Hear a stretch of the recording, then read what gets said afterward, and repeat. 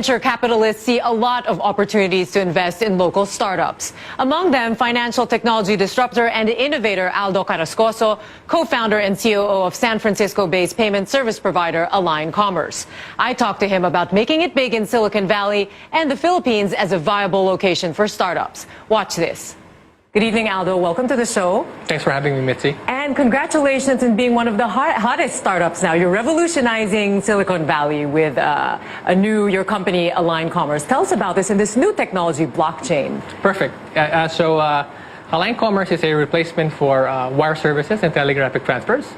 So you can think of us as a way to send and receive payments cross-border. So what we do is we use the blockchain, so this new distributed ledger system, that allows you to basically go over correspondent banks. So essentially, you're making all cross-border payments local.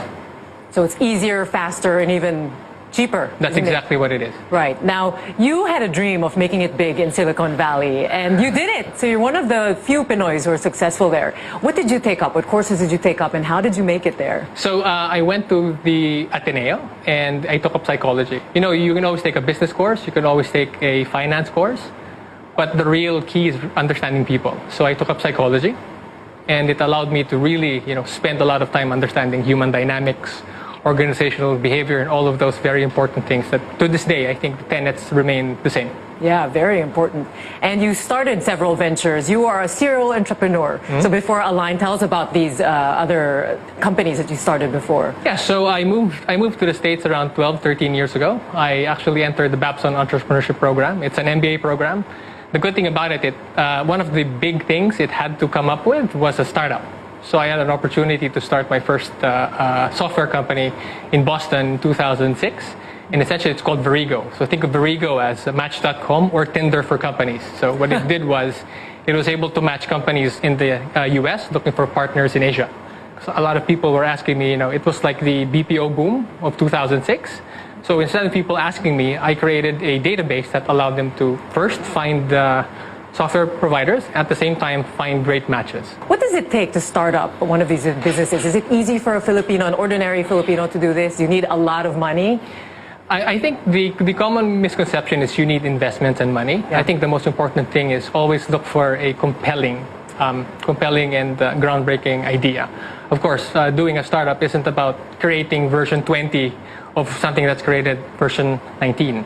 You have to create the version 1. Essentially, when you do that, you have to find the right team. So a lot of failures that I've personally seen is they have a great idea, terrible team. Yeah. Right? Because they were either incompatible or they were the wrong people. Now, you have the good idea, you've got a great team. The third most important thing that you need to make sure is you execute like hell. So you do everything you can to get that specific thing done. You just have to go for it, do whatever it takes. So when that's done, you focus on surrounding yourself with the right, people, like mentors.